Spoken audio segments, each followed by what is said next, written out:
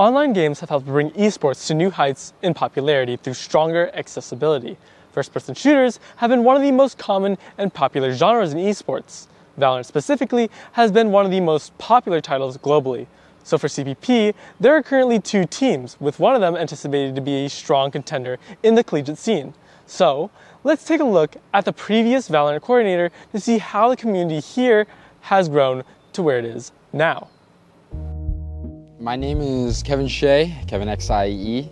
I'm currently the Director of Internal Affairs for Bronco Esports and the former coordinator for CPP Valorant White specifically, and the current coach for CPP Valorant White. I first began playing video games when I was a little kid. My cousin introduced them to me. I remember the first time he introduced it to me, he introduced Roblox to me actually when I was a little kid, and that was the first game I ever played with him. And then from there, every once in a while, every time I'd head over to his house, because me and him were really close, he'd always show me some new other games too. I remember I went from Roblox to Halo, and then finally to Minecraft. And then after Minecraft, we had a bit of a Counter-Strike phase. And I think that's where my competitive FPS, attraction really started from there mainly. So as a kid, I used to play a lot of Counter-Strike. Back then, I didn't know what the hell I was doing. I was just running around shooting people, having fun. People were screaming at me on the microphones, I remember that, but I didn't care. It was fun for me.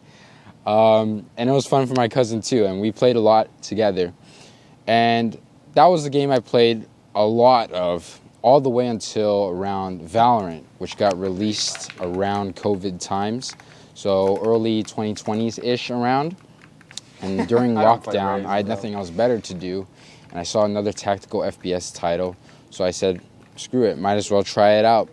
And from there, my true obsession with esports really grew from that Valorant title. After playing Valorant for a lot, I actually got a lot more invested into esports competitively. So I think Valorant as a tactical FPS game breaks for the most part, the fundamentals of attack FPS, because before Valorant, you had 5 guys with guns versus 5 other guys with guns with pieces of utility that were set across the board.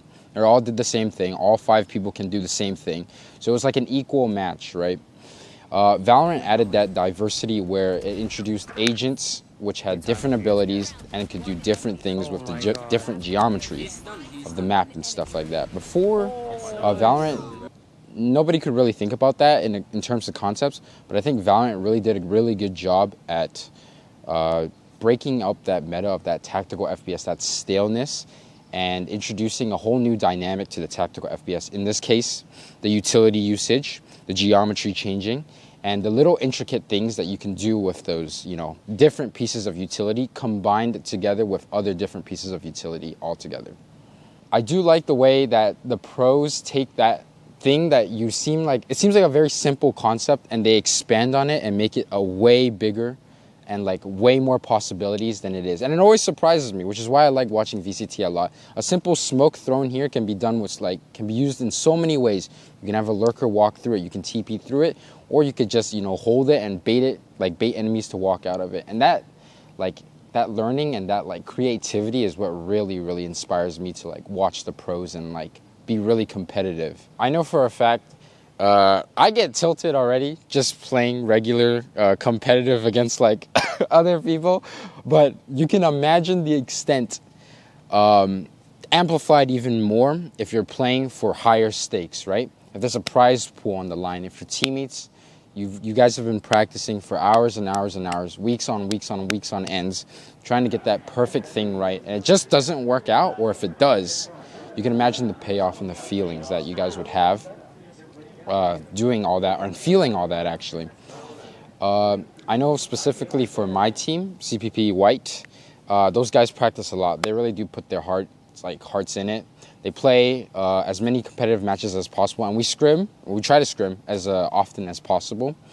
And so when we try to scrim, we try to work out, we try to work out our frustrations, try to work out our ideas and everything like that.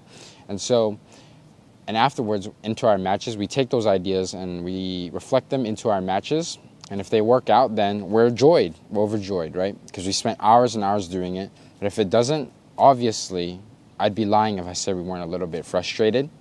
But it's that aspect, that constant changing of like, that roller coaster of emotions that always comes when you play Valorant. You can always be at the top, but one single kill or one single defeat, and you're all the way down at the bottom. But it keeps going, and that's what I really enjoy about it too. Okay, so I don't know if I'm allowed to tell you this, but Kevin told me, no, but I think it sums up his personality so well actually, like lowest of keys.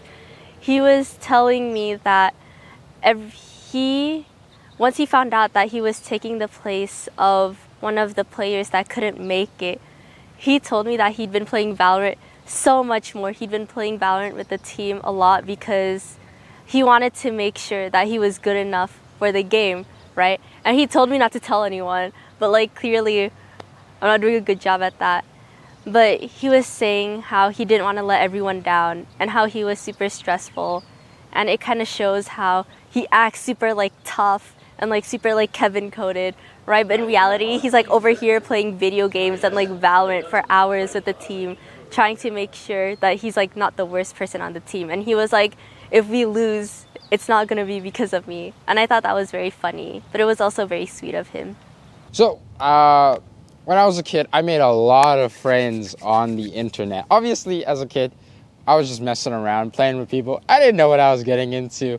You know that nostalgic feeling when you look at your Steam's friends list and you're like, oh, dude, this guy hasn't been on for like 20 years, man. I remember I used to play like Counter-Strike and like TF2 with this guy. There's a big online community, and you can make friends really, really easily online. And all of you guys are just bonded over this one idea of just playing the video game together. Granted, you could play it casually. Granted, you could play it competitively. For me, I was more of a competitive guy. I remember playing Valorant, and if there was a particular guy I really liked on, when I queued competitive, I'd be like, hey, bro, add me. Maybe we should duo sometime. And I'd play it, I'd spam like competitive matches with me. And we'd have a lot of fun, and I'd made a bond like with somebody over the internet, and that pursuit of like always meeting someone new and always maybe the next like cool person, maybe the next funny person is just one click away, kept me going and kept me playing, and I kept meeting more and more new peoples. I got invited to Discord servers to like, hey, we're running a 5-man customs game night, right? Maybe you should hop on by and we could, play some Valorant together. Just have fun, infinite abilities, all chill. We could shoot each other. And other times, it'd be like, hey, we're running a serious, like, customs match where it's 5v5. It's essentially a scrim, but we're going to have, like, different players play against each other. And you guys are just going to see, like, who's the better team at the end of the day. And it's through that camaraderie, right? And that competitiveness or that casualness that I was able to make all those friends in those online communities. And I think that's what really drove me to join with Bronco Esports. I remember, so around that time again, my freshman year was actually around COVID. So also the same time around when Valorant was pretty newish. But I remember sitting there at my in my room, and I was just kind of sick of, being by myself. Being locked in is very hard. It's draining on your mind, and there's really not much you can talk to. So the best thing we could have done is, quite literally just talk to our friends online and meet other people online.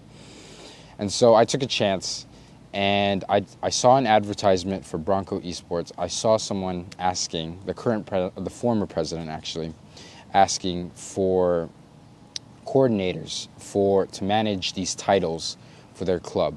You had to go through an interview process. And I remember thinking to myself, like, oh, a part of me wants to socialize, but another part of me is also like, oh, do I really want to like go out and talk to people again? It's been so long since the COVID, but I did it. I went and I did the interview, and I actually ended up with the Valorant community. And I remember joining that community and actually noticing like, oh, it's just a small, tight-knit, like very tight-knit community. It was just a team of 5 dudes and their manager and me now. So we had 2 coordinators and 5 players. And that was it. It was just 7 guys in a little Discord server. And they just played their heart outs in Valorant. They talked about strategy. They shared TikToks with each other about like, hey, dude, did you see this lineup? It goes like across the map and it breaks this star. And I'd watch all these videos and I'd laugh because I'd learn something too. Granted, I wasn't a player, but I'd still learn something too. And I'd love sharing information with them, and they shared information with me. And from there, every single year has been different. I host tryouts and I meet so many new people from the community. People show up in, people shows up in 10s and like 20s, and they all show up just to play some Valorant, right? And we all hop in a call, and it's nice and good. And I get to talk to some people. Some people have different play styles. Some people talk differently. And some people are better online. Some people are better in person. But granted, I still met them in person. And then I was able to feel that connection and make it like, way more than it was.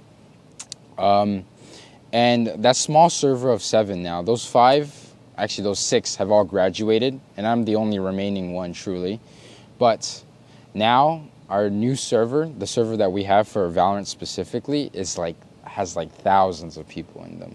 And it's nostalgic to me looking back at this server, because I'm very proud of the small tight-knit community and how many people we were able to get into our community. It still feels small in my heart because I always look back at it and I think about, when we were just 7 guys.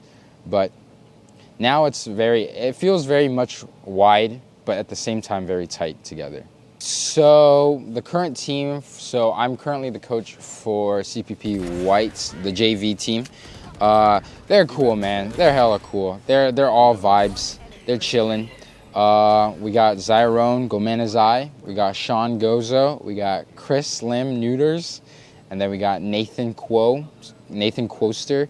Then John Yu Mango. And we're just 5 guys that have fun. By the way, not only have I improved as a coach and a manager, but I've also improved as a player just simply by just being them and watching them play, right?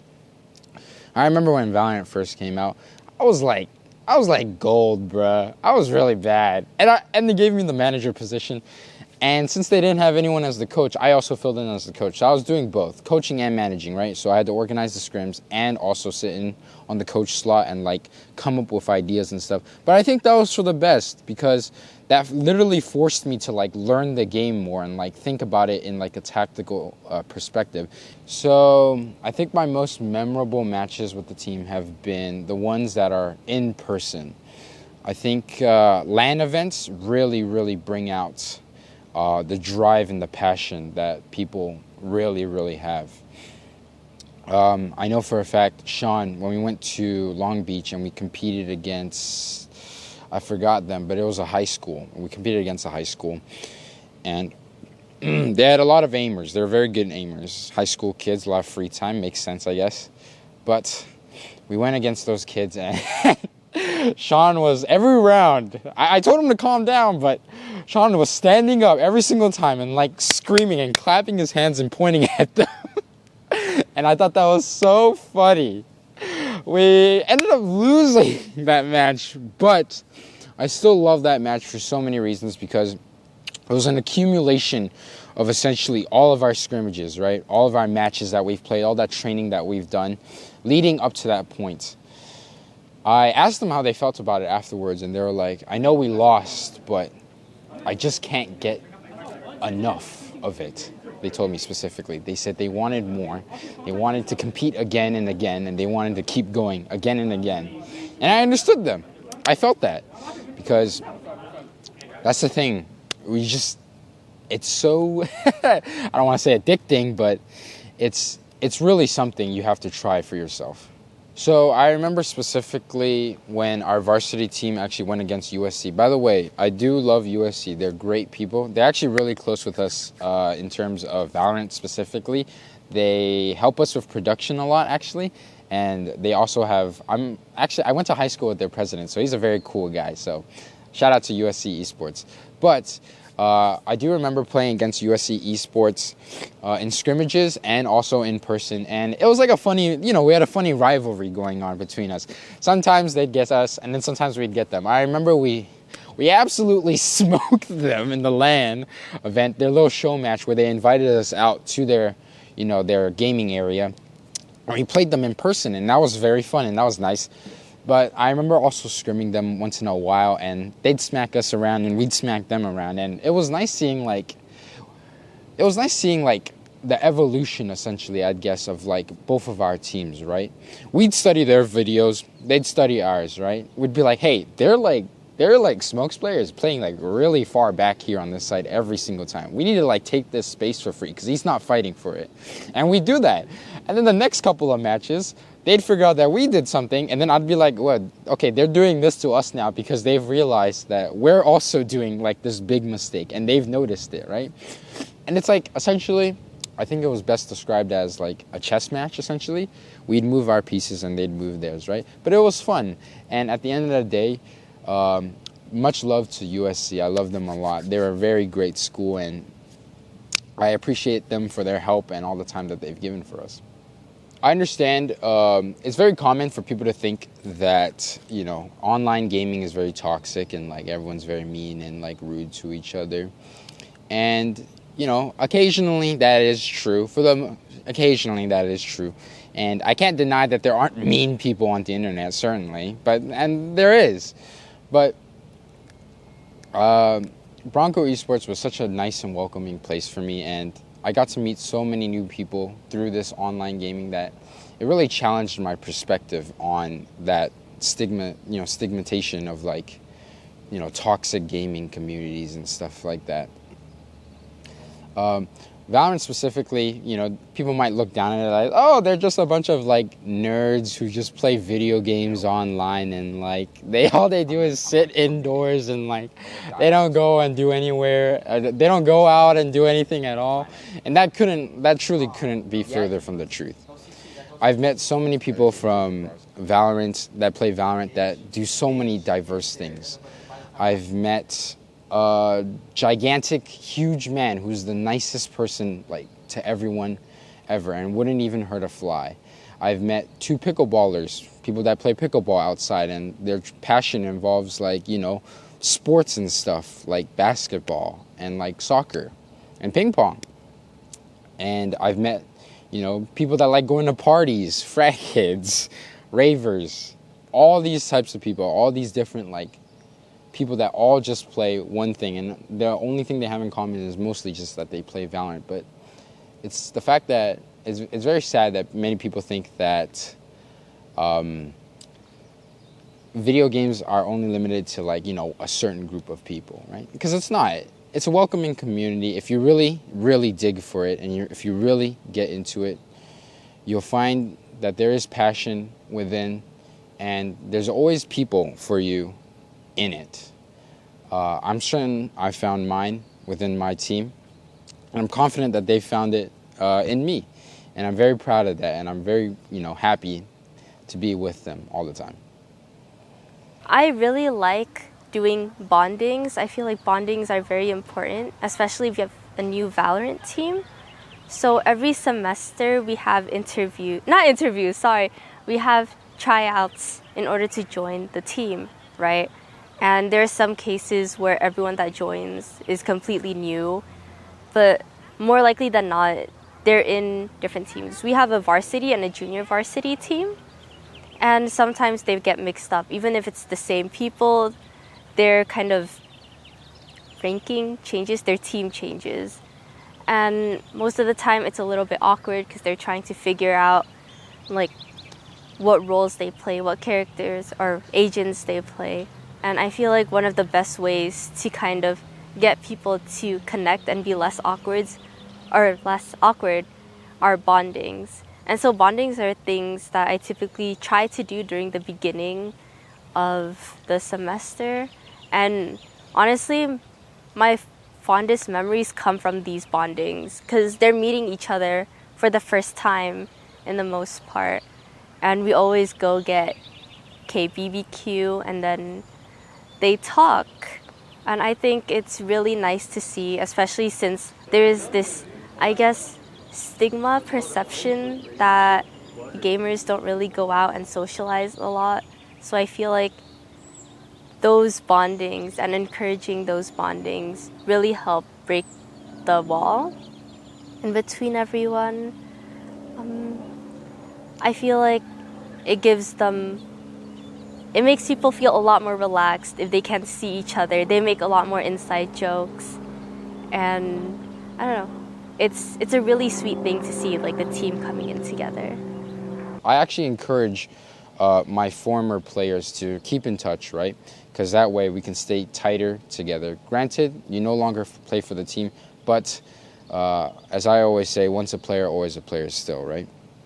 And I encourage those guys to stay in the server. Obviously, it's up to them if they would like to stay, but for the most part, they tend to do. Because I'd hope that they enjoyed their time with Bronco Esports during it.